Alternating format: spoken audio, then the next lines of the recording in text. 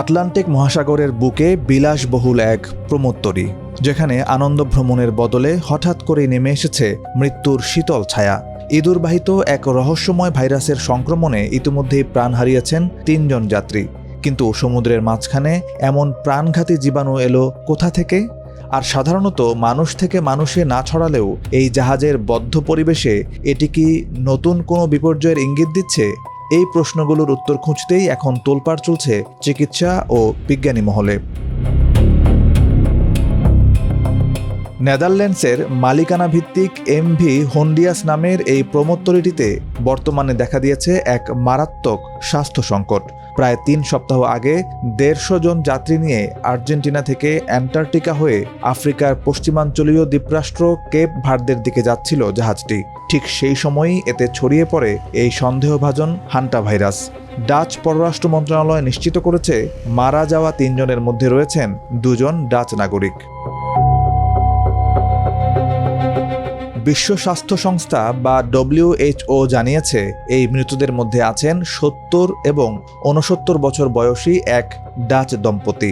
তারা বাদে তৃতীয় মৃত ব্যক্তির মরদেহ এখনও ওই জাহাজেই রয়েছে বলে জানা গেছে। এছাড়া গুরুতর অসুস্থ অবস্থায় দক্ষিণ আফ্রিকার জোহানেসবার্গে আইসিইউতে চিকিৎসা নিচ্ছেন ৬৯ বছর বয়সী এক ব্রিটিশ নাগরিক, যার শরীরে ল্যাব পরীক্ষার মাধ্যমে নিশ্চিত করা হয়েছে হান্টা ভাইরাসের উপস্থিতি।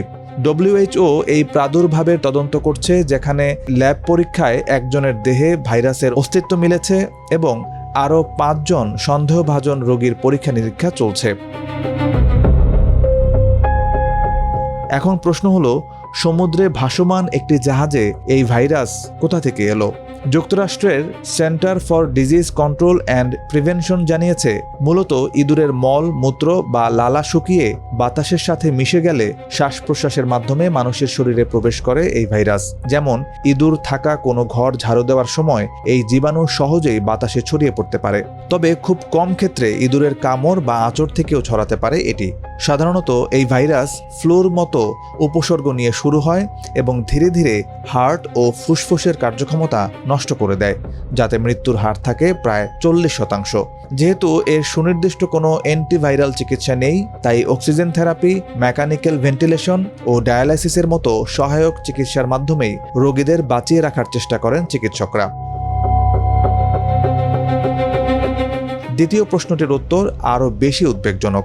বিশ্বজুড়ে প্রতি বছর ১.৫ থেকে ২ লাখ মানুষ হান্টা ভাইরাসে আক্রান্ত হন। তবে এই ভাইরাস সাধারণত মানুষ থেকে মানুষে ছড়ায় না। কিন্তু এই প্রমোত্তরের ঘটনাটি বিশেষজ্ঞদের চরমভাবে ভাবিয়ে তুলেছে। কারণ বদ্ধ পরিবেশে দীর্ঘক্ষণ একসঙ্গে থাকার কারণে যেখানে মানুষ থেকে মানুষে সংক্রমণের একটি জোরালো সন্দেহ তৈরি হয়েছে। কোভিড মহামারীর পর জাহাজে স্বাস্থ্যবিধি উন্নত হলেও এমন মাত্রায় সংক্রমণকে অত্যন্ত অস্বাভাবিক বলে উল্লেখ করেছেন বিশেষজ্ঞরা।